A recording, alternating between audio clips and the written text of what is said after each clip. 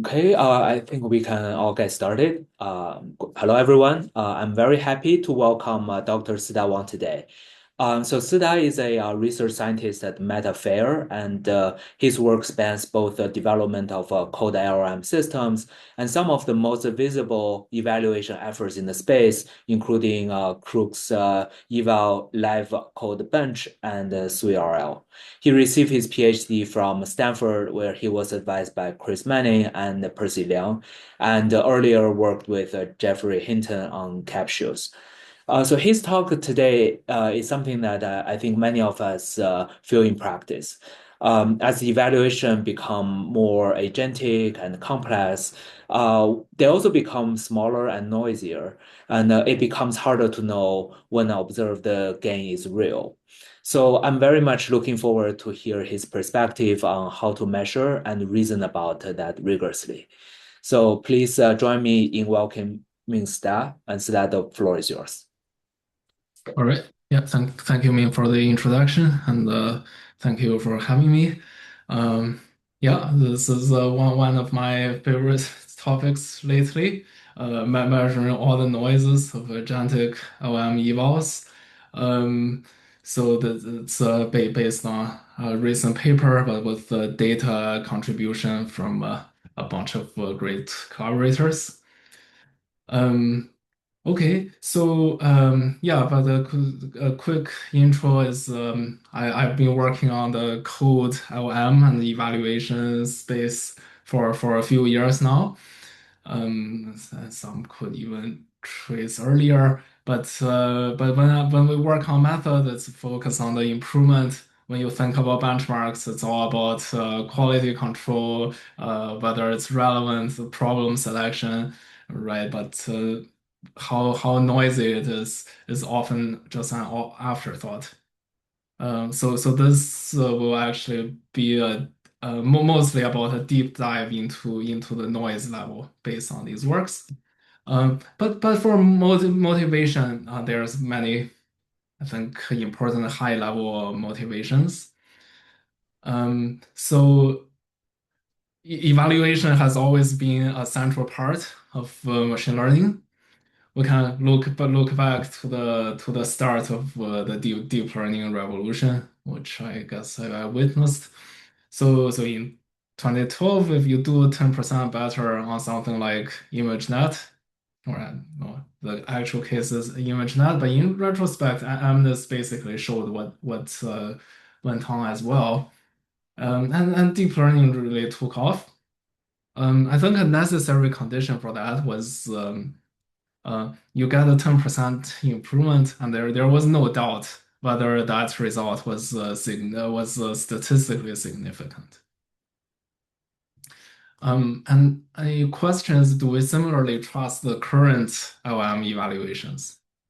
So these days, many papers report like often a 2 to 10% improvement on, well, let's see, human eval is already a few years old, right? Or a few percent on SweetBench. Um, how can we interpret this, right? So human eval is a very small data set, and SweetBench consists of pretty impressive agentic problems. But a few percent on these data sets are not statistically significant. Um, Yeah, and if we look at the actual overall sizes of these data sets, so the test set size, MNIST had 10,000 problems, ImageNet about 100,000, depending on which version. And initially, the famous LM evals like MLU or HelloSwag, right? They are multiple choice, so they also had a lot of uh, data points, about 10,000. Um, and then a few years ago, we moved to generative test-based evals. Best, maybe the most seminal is the human eval, which only had 164 problems. The others, some of which I was partly responsible for, are also in the kind of a few hundred range, right? And the key reason is now these are not multiple choice. You need to generate a complex, somewhat complex program. At least you need to generate something that you cannot guess. So they are somewhat smaller. And moving closer to the present day, for agent evals, they are even harder, right? And smaller. So often each problem needs hundreds of thousands of tokens and hours of compute. So for instance, Sweetbench initially had 2,000 examples, uh, but so the most popular version verified actually only has 500, uh, 500 questions, right? And other versions like multimodal or OS World, uh, right, also in the low few hundreds. And more recently, we have terminal bench moving back to below 100 again, and MLE bench, kernel bench also quite small. So what's going on here? Um, I think on one hand, right, because you are doing these complex problems, these can really represent really hard, really complex problems. You can solve a unsolved sweet problem. You can encode some math problem in them. I don't mention to the corresponding math benchmarks, but it's basically a similar idea, right? If yeah, within this framework, you can pose an open problem or say solve AGI, and you don't really need too many, right? There is a strong case that you don't need too many problems, right? There are these few important problems or hard problems. If you solve them, it's quite convincing. Yeah, and you also don't need a validation set. So, right, so this is based on the key intuition that if you solve hard problems that's not guessable, then maybe you can get away with fewer questions, right? Um, so, right, so I guess many of us may maybe derive some intuition from how we evaluate humans, right? So many of the leading evaluation of humans, like the International Olympiad in math, right? Only have a handful of questions, um, and we still think they give some signal, right? While on the other hand, we certainly won't trust, say, six true and false questions because you can basically get any result with by randomness um, with reasonable probability. Yeah, and if you manage to solve an major open problem, right? We're not going to say, well, that's a sample size of one, so it's not statistically significant. Um, yeah, and many of the agentic tasks that now we can capture, right, are perhaps even more economically important they're somewhat less intellectual, right? So they're represented by fixing issues, finding bugs, wipe code, etc. Right. So I think a basic confusion I had is so what is going on here, right? So on one hand, small benchmarks are clearly not reliable, even if they contain if they contain some hard problems.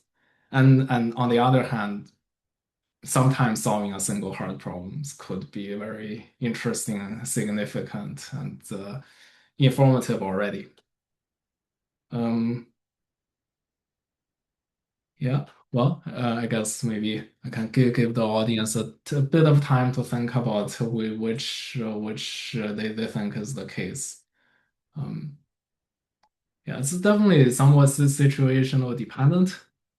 But we can make some progress towards answering that by looking at well, you can maybe make some progress by thinking on it too, but we can look at what actually happens when LMs try to solve these problems.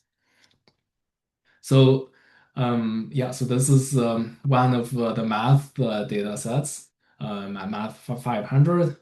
Um, each row represents a question, and each column represents a model.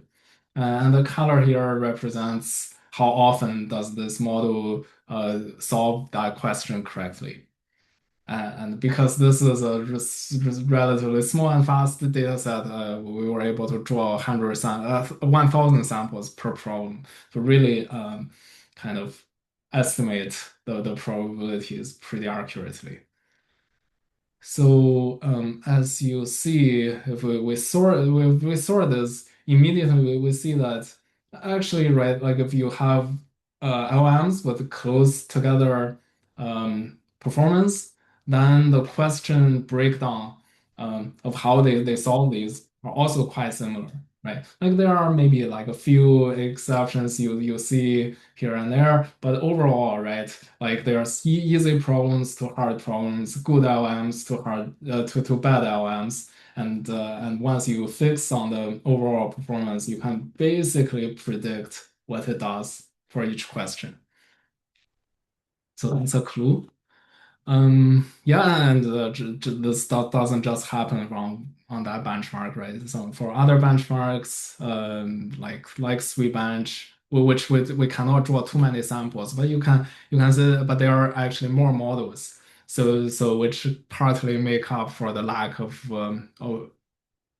this is one sample versus 1,000, but you still see the same overall pattern of relative predictability of how it does on each question.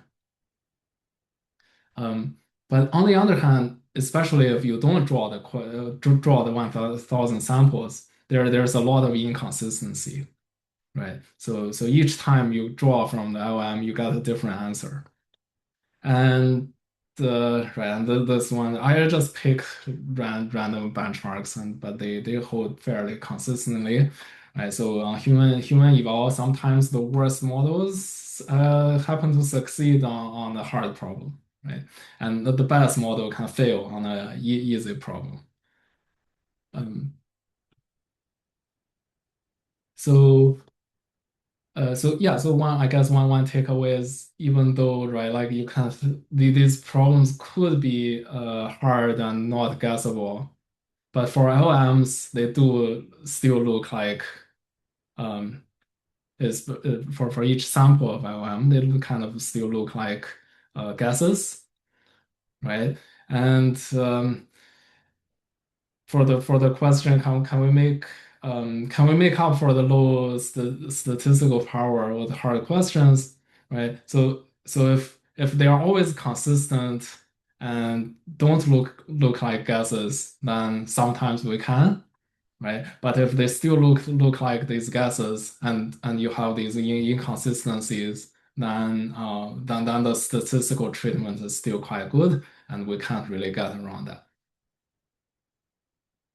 Yeah, so here is an example where illustrative example, right? So say if somehow your model was able to prove p not equal to np, but when you ask what is np, it answers wrong. Then you would find the result really suspicious.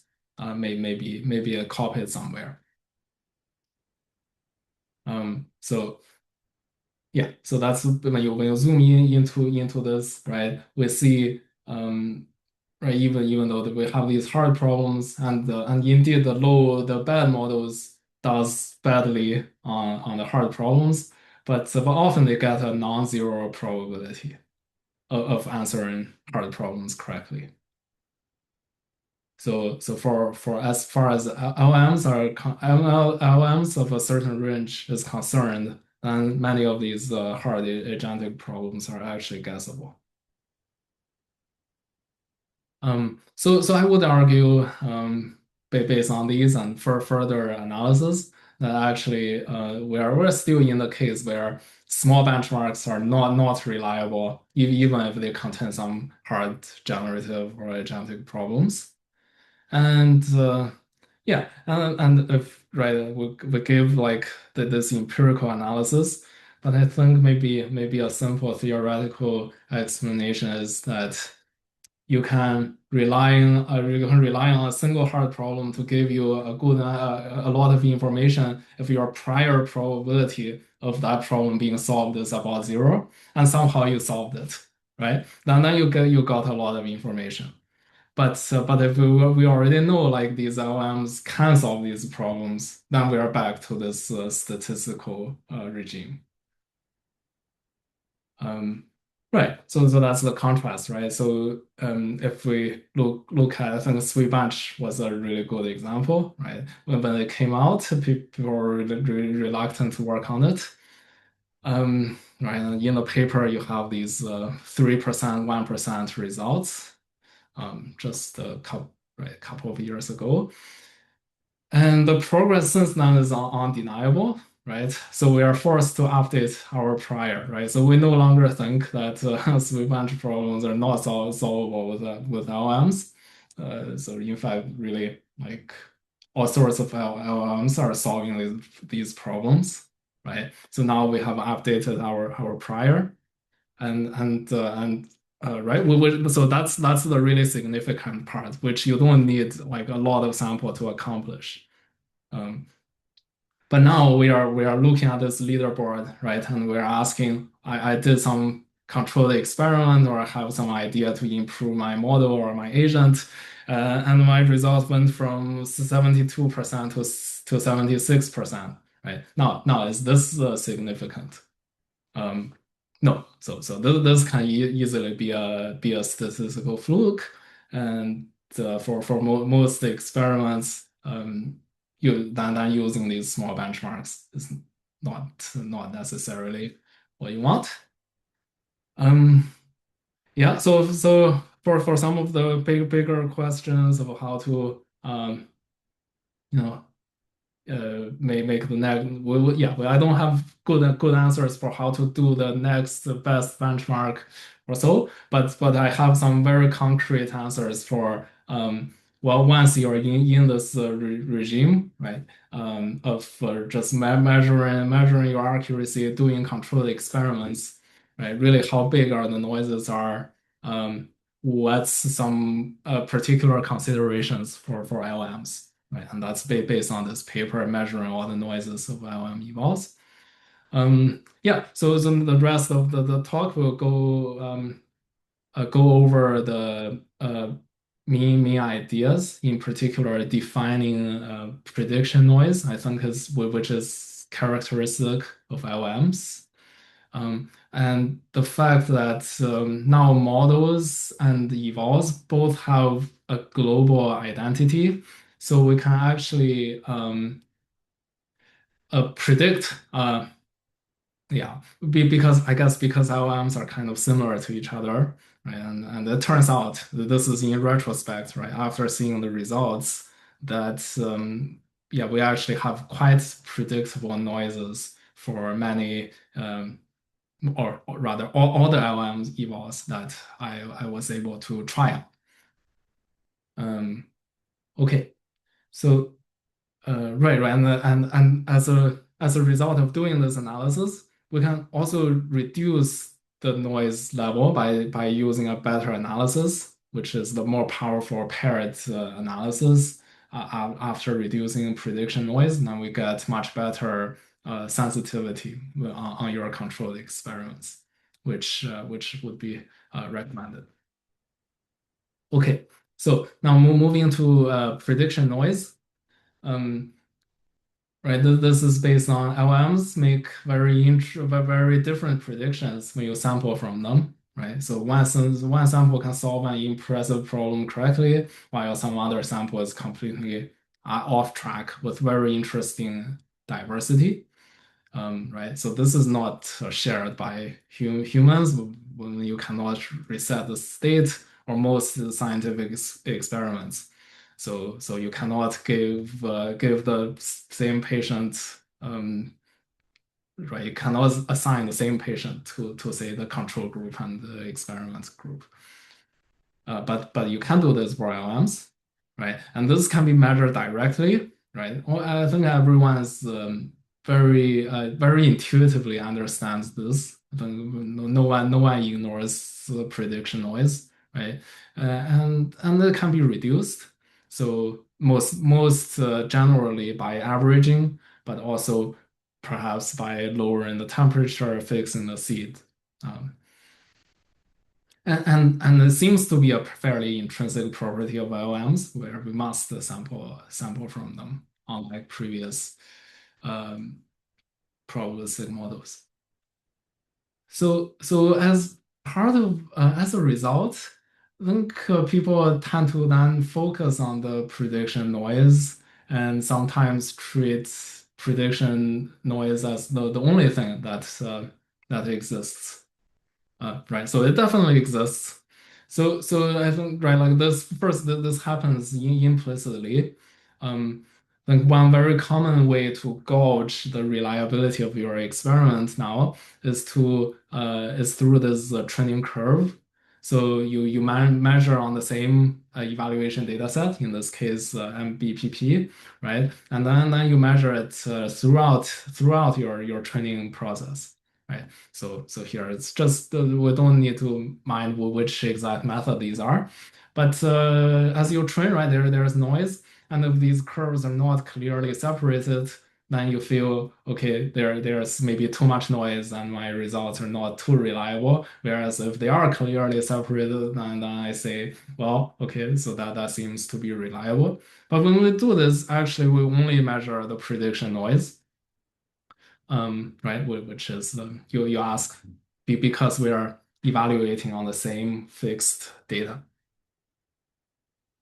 Um, right, and this is a mistake, right? Because before, right, I think the easiest way to see this is before LMs, if you always have deterministic predictions, then your prediction noise is zero, right? So, but yeah, but making deterministic predictions does not mean that your measurements are reliable. But actually, because this is maybe because this is very prominent in LMs, some popular benchmark like terminal bench I actually only measured the prediction noise and reported that as their kind of confidence intervals. Yeah, well, which I think which is a mistake. So okay, so what else is there? Yeah, so there's the data noise, right? So this is when a particular, right? I think the formulation is you actually have a large population of questions, which is and the population average is what you want to measure. But the evaluation set is a particular sample from this population, right? And here is really just the example of the um, let's see. Right. So this is when you measure on the same when you have say deterministic predictions, right? So okay, yeah, and this example should convince you that you still have some noise, right? So if I have true and false questions, right? Well, one model is correct on 50 random ones, the other one is correct on 52 random ones, right? So that should result in a lot of overlap. Um, and inconsistent answers, right? And suppose you fix the seed somehow, right? And the predictions is deterministic. Do you really believe that model right here model B is better than A? Um, right? The answer is not because both can easily be just right sampling from point 0.5 probability, right? Um, with a fixed random seed.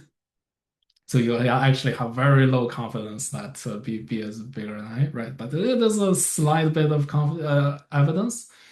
And on the other hand, if B is somehow strictly better than A, right? So all the questions that A gets correct, B is correct, and then B got some additional questions, or that B got some additional questions correct. Right, so here that's B prime. We have like slightly higher confidence that the B prime is better, right? But so that's maybe that's what we hope to capture with data noise. And yeah, and then there's a nice decomposition which says that the data noise plus prediction noise is equal to the total noise, and that's typically the main object that all the statisticians studied uh, before for any experiments in the physical world, and most ML experiments before LLMs. It's still the right thing to do for LLMs. It's just that people are not quite doing these, and perhaps because of some confusions around prediction noise. Yeah, so that's the first main concept, right? How to separate prediction noise, data noise, right? Why you cannot just consider prediction noise. Another powerful tool is pairing. So um, right. So this is just giving you a giving a better analysis based on the same data that's already available, right? So without pairing, we can still get significant results, but you need a bigger difference, right? So now improving model, improving agents, they are like a big effort, right? Often require real insights.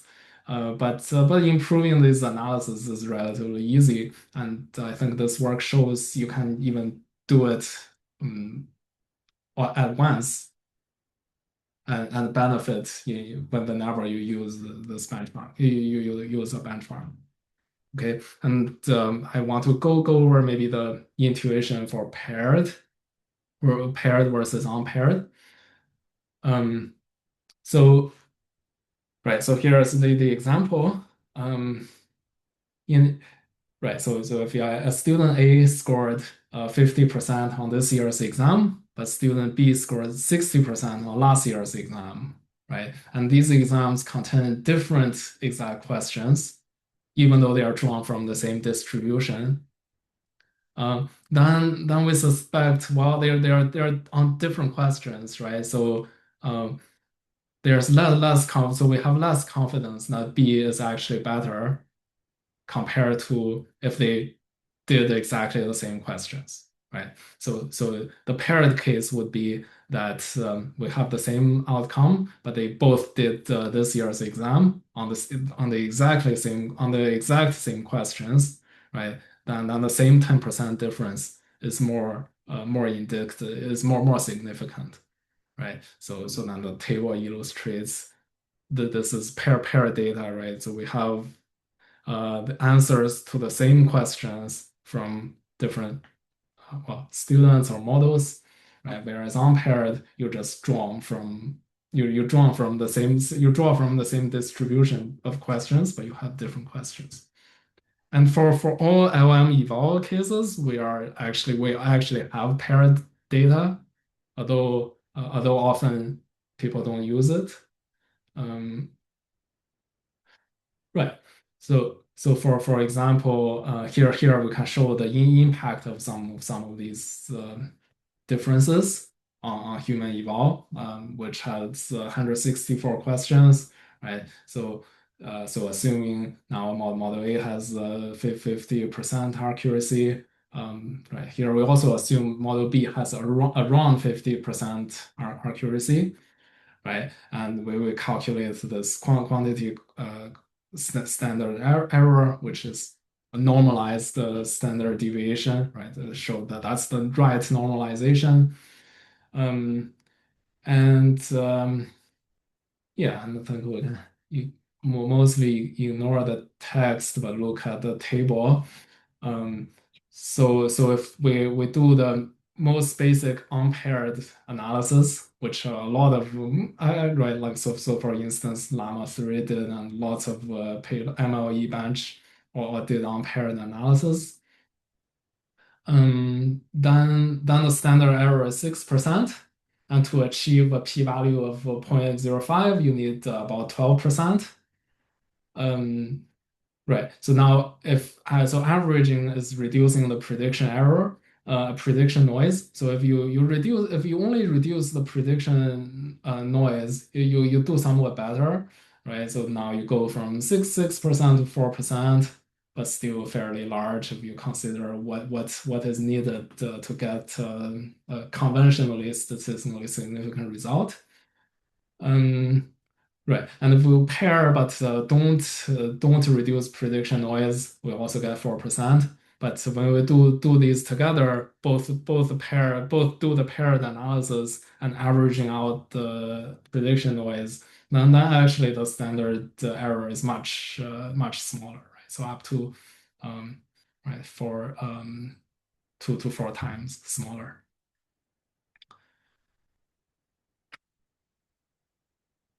And yeah, and what's the mean? Why does this happen? Um, right, so we show the main reason is actually in many LLM evals, the prediction noise tend to be bigger, sometimes dominant, sometimes just a bit bigger. But here is on Math 500 is quite dominant.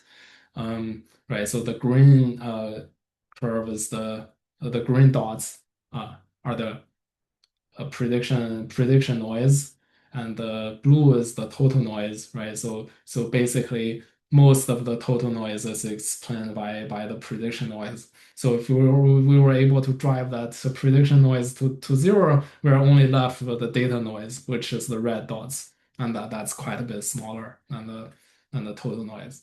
Yeah, and this only happens when you're paired. Now going back to our training curve example.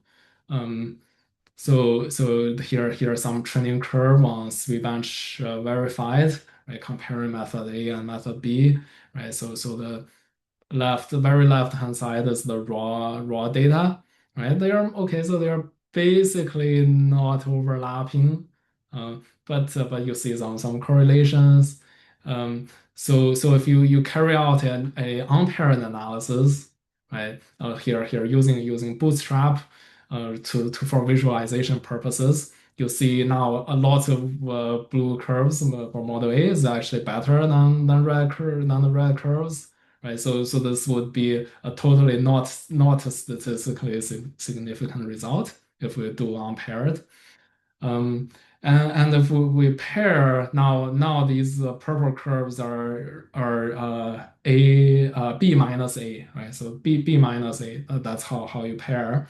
Um, and now there are a lot fewer points that's crossing the zero. So this is a somehow more statistically significant analysis, right? And now if we do both paired and averaging, so here averaging actually just averages over a few prediction points, a few time steps, but a question level averaging, and then it's actually like a reasonably statistically significant result.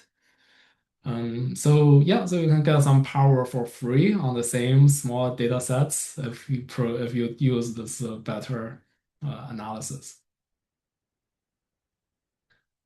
Yeah, so a lot of this paper, but we won't really get through this material in detail, right? Like I talked about these concepts in high level, but the paper will make all of these quite precise, right? So defining what these noises are in terms of standard errors, right? Which is not defined as a function of variances, right? How they are decomposed, how you pair.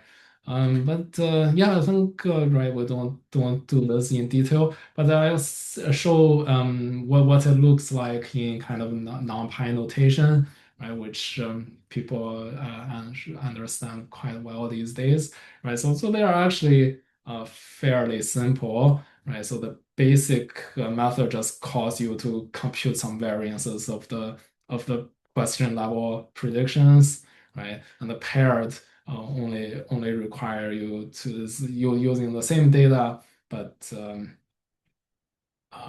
yeah, require what's slightly more complicated, but still relatively simple, right? Very fast to compute. Um, Yeah, and right, and to validate this approach, right, I also show that if you do bootstrap or sign test, you get basically the same result, slightly different, but right, quite different approaches, somewhat different insights, but basically the same outcome, which is quite reassuring. Um, and because of this, I think a big benefit of this work is now you don't actually need to do it yourself, right? So we can actually do the because now there are lots of leaderboards which release these question level results. We can do these analysis at once and characterize what's the noise level for each benchmark. Um, Yeah, and well, we also established that that there's always a check the assumption. There's always some inconsistency, and uh, yeah, and for the most part, you can just read off the numbers from here instead of trusting the authors to do their instead of relying on the author to do their own testing. Yeah, right, so we see some examples of the authors not quite doing it correctly, but even when they are mostly doing it correctly, it can be too loose or somewhat underspecified, right? So we see whether you do the well, so first of all, you shouldn't just do the prediction noise, if you whether you do the type of noise you are measuring, whether you are pairing or not pairing, using averaging or not using averaging actually makes a pretty big difference, right? So when you see author just say they compute the 95% confidence interval somehow, but don't really say more detail, you don't really know what exactly happened, right? But in this approach, we do uh, we measure all of these types of noise. Yeah, that's the title, all the noises. Um, yeah, and maybe before we get to caveats, we need to give a quick illustration of how this works. Um, yeah, so hopefully you still see my screen. Um, well, Yes, we can see it. yeah, yeah. Okay, cool.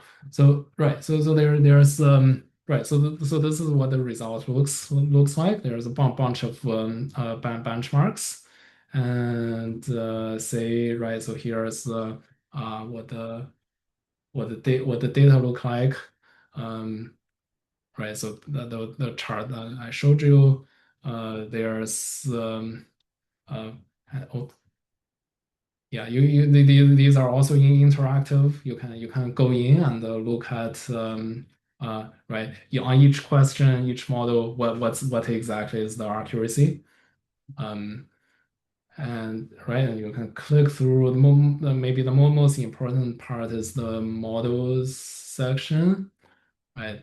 And it tells you, okay, so what is the total noise between each pair of models? And if you look at this, you see, oh, okay, it's seems quite predictable, right? So it's somewhat around the 2% for three bench, maybe decreasing a bit if you're really at the if you're really saturating the benchmark, right? But there's like a fairly narrow band. Yeah, and it's because they are all LLMs with their noise characteristics. There are few results which are due to filtering, and that's these outliers. These are not actually independent predictions from LLMs, but rather applying some deterministic filter on each other, right? And for a few results, we also have um, right, the breakdown, right? These are the ones with a lot of samples. So we can break it down into the noise components, data noise, prediction noise, and total noise, right? So the total noise tend to be the one that's fairly predictable, but and the data noise is the one which you can reduce to. Yeah, there's right. Also the unpaired measurements, just in case you want it. And all these result gets summarized in the mean table. So if you just want one number, right? These are the numbers. Um, right? So that's the paired standard error of A minus B, the paired noise and the unpaired noise.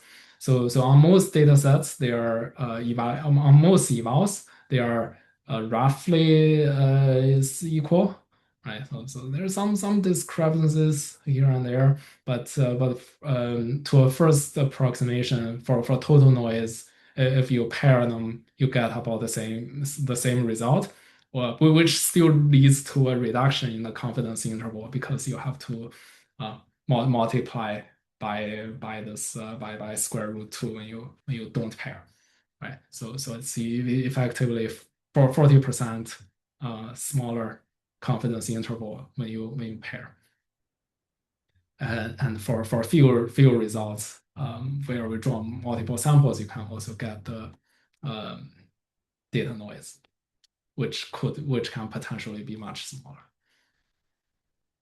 All right, so that's the main results.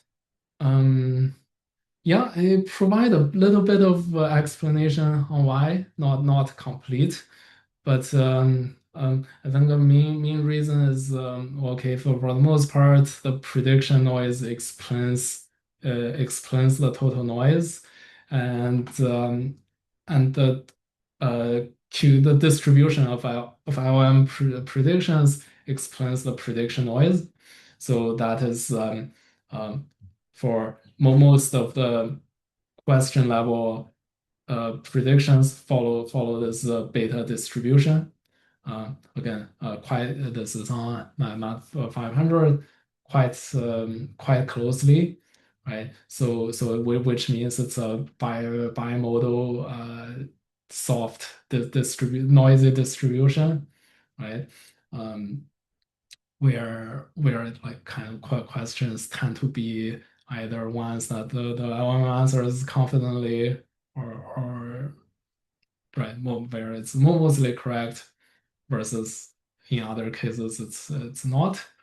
I think mostly that's what it says, but really it's, I think, remarkably good fit with where the empirical uh, data is the solid curve and the beta fit is the dashed curve. It's really a quite good fit on most data sets, which you can also check out on the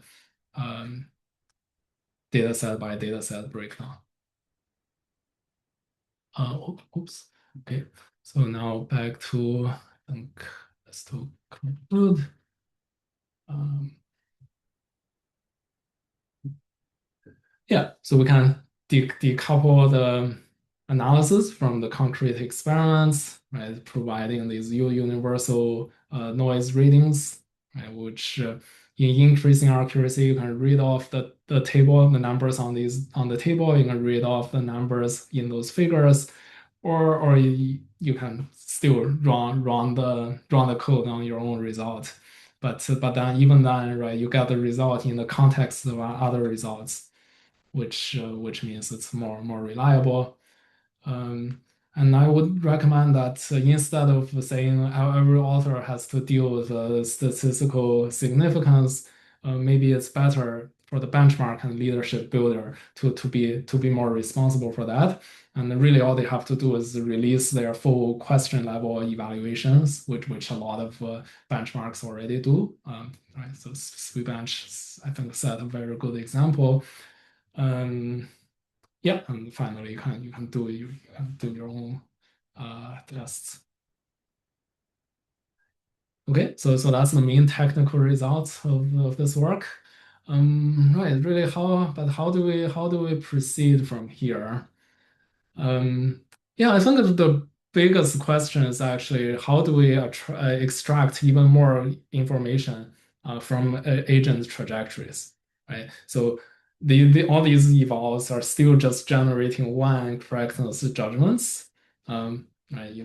Using a lot of tokens, it's very inefficient and noisy. And not only this is this important for evaluation, I think it's also very important for learning, right? Especially RL. And if you only get one bit back after a long rollout, it's very inefficient as well. Um, I think right, some existing work like right, code cache for instance, maybe more, right, or even MLE bench, right, like getting a real number back. It's making a little bit of movement towards this direction, but it does seem to be, I think, the big question to do a bit better to do better here. Yeah, and until then, right, if we still have to use these binary low information evals for controlled experiments, then I think these results show that we are still better off with bigger evals, but short and short. If the trade-off is shorter trajectories, so be it, right? So this is when you're doing some controlled experiments and not just optimizing for the evals. Yep, and some reference here. And that's it for the talk. Thank you. Oh, great. Thanks that for sharing this very interesting and timely work. I know this is a massive pain point for many of us, and I especially appreciate the work to shift the evaluation from just comparing models to understanding where the uncertainty comes from. So we'll be opening up the floors for questions, and perhaps I can start with a question myself. Right now we have a lot of agents that are doing quite complex tasks. The output is often quite structured and also like a plan or so basically it's going beyond just one bit of information. And touching on what you also mentioned there, I'm wondering like in those cases where the evaluation is multidimensional and quite rich. Is it possible to adapt the noise breakdown framework to these multidimensional evaluation problems? Um, yeah, so with some difficulty, but I think it's possible, right? So what breaks the current thing is it assumes each evaluation result has to be independent. Yeah, that's I think that's what one of the key assumption that we use here, right? So any of the statistical analysis where you want to get confidence intervals um, requires independence. Um, yeah, so if you get rubrics of judgments for each problem, you'll break some of that. Um, yeah, but probably you can still go back to Bootstrap. I'm not sure if the result will be as uniform. Um, yeah, you can do it one aspect at a time, Hmm. maybe, right? So even though maybe there are good rubrics, but it still feels that correctness or some notion of correctness is maybe dominating. Um, right? Yeah, if you break it down to each aspect, then you can still apply this framework. Um, yeah. I see. So basically, it could be decomposing the multidimensional feedback into independent dimensions and break down the noise for each dimension. Yeah, I think that's one approach. Yeah, then you can do a meta-analysis, Mm. right? Kind of treating them as.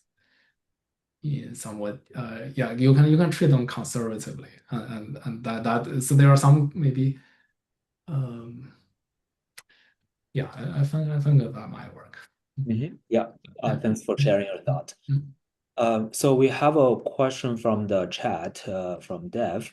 So what do you make of Evan Miller paper adding error bars to evals, statistical approach to language model evaluations? How do the recommendations there compare to yours? Yeah, yeah, I think it's a great paper which I read several times. Um, Yeah, so really like many of the basic methods are the same, right? In fact, I guess I started with the more traditional method, but then I decided like sign test. Then I thought, okay, their approach is actually like a bit cleaner, right? Even though the results are equivalent, so I adopted a lot of their basic method. Um, I would say the main difference is that this actually takes it a bit further to say if you apply these methods to all the existing data sets, right? Then here's the result. Um, right, and exactly what is the effect of doing averaging, for instance, right?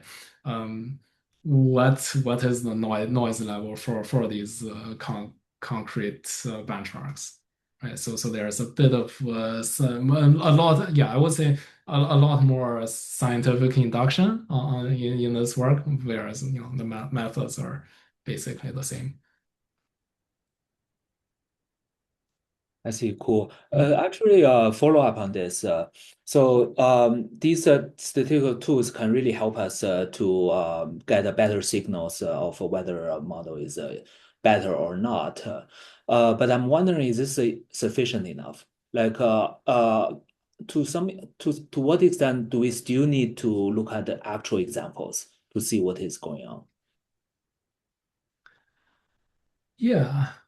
Well, so right, I guess looking at the actual examples is more like an art, maybe. You have to right really understand what's going on, what's the right, and it's maybe not that scalable, right? Maybe you can even ask the model about the examples. Um, yeah, right. I suppose that's maybe go back to the sweet bench example, right? Like one of its big success is is anticipating that okay, maybe right. I mean essentially right. I'm not sure if that's what actually happened, but you're kind of taking a bet on what will happen to LM capability in a year or so, right? And yeah, and to really take that bet, it requires you to understand like what how can do, um, right? And if you happen to guess correctly, right, you provide this benchmark, right, that maybe many people think are not solvable, but it turns out to be solvable, right? And then we all get a lot of information that way.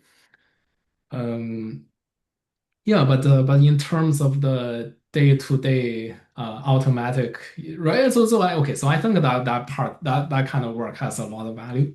We want to be keep doing that, and that does not depend super strongly on the question size and so on, right? You can yeah, if you believe we can solve say the Riemann hypothesis or AGI in the next few years, yeah, you can also bet on that. Um, right? So that yeah, and you are correct. It's quite good, right? You can or even having the correct confidence. But most of the things that people work on, right? They make a small difference on model capability, right? You may have a take on how that works, right? So another view of how science works is you have a lot of incremental improvements that adds up to be significant, right? And we believe in that. And then these benchmarks are trying to measure those smallish improvements, but you want to really know that they are real improvement and are not noise. Um, right. That's when you really want to pay attention to like how big your data sets are, how significant are your measurements. Yeah, got it. Mm. So right, so we have a follow-up from Dev, and that's also related to the rich feedback. So how do you anticipate we might extract more signal from long trajectory, low sample evaluations? For example, what kind of transcript analysis might be promising? Yeah, well, that's an open question. So I alluded a bit to right these kind of performance measurements. Say optimization problems, you at least get back a real number. Right there's these right kind of competition. I think code cache is a pretty cool idea. Um, right, it captures at least for each problem you can get many competition outcomes. So yeah, still it's lots of trajectory for a bit of information, but at least for each problem you get more information. So you don't need to set that many problems, perhaps. Yeah, I think another approach is when maybe when success is quite obvious. Say if you ask the model to build something, right? Right. So the end result is maybe like say a whole code base or right. I also think of visual domains, right? Maybe quite clear if you ask the model to use some drawing tool, maybe a 3D tool to make something. And you you cannot easily check what happened, but when you see the outcome, right, it's a very information rich outcome, and you can make some judgment on the quality of that outcome. Maybe that's a way forward, but yeah.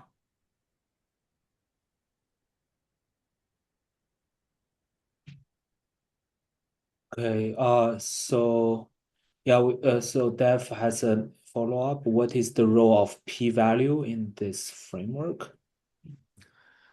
Yeah, so not like, yeah, actually p values are not super important in this framework. They are just a function of the variances, basically, right? So this is a very kind of well-established and traditional way of doing significance testing, right? So p-value is the chance that you will get this result when your null hypothesis is true, right? So yeah, I mean, right, you can convert the variances to p-values, and for people who already think in that way, I think it's a good correspondence. But roughly, it's saying something like two standard deviations is two standard errors is when you're starting to think it's interesting, right? Whereas like a 5, 6 standard errors is when you don't have any doubt anymore.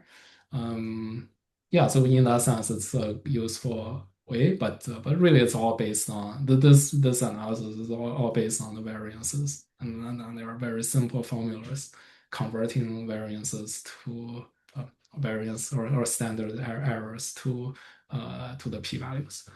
I see. Cool, cool. Yeah. Maybe just a broader question. Given that we have talked about the rigorous evaluation, the noise, the stabilities. So what do you think the community for agent evaluation should move towards in the next year? Hmm. If you were just to give like one direction. Um, Yeah, yeah, I think could be clear what you're trying to get out of the eval, right? Whether it's to get development signals or you're making some bet on the LM capability, and those require very different things. Um, yeah, and we should be less confused about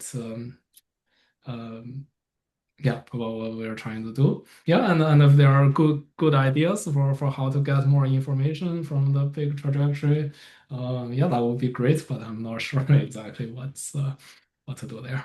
So um, All right, cool. Yeah, mhm. and with that, folks, please join me in giving Sida another round of virtual applause for these great discussions. And thank you all for your engagement, and we hope to see you next week. Have a great weekend. Yeah, thank you for the questions and thank you for having me. Yeah, Thanks, bye. Sida. Mhm. Bye.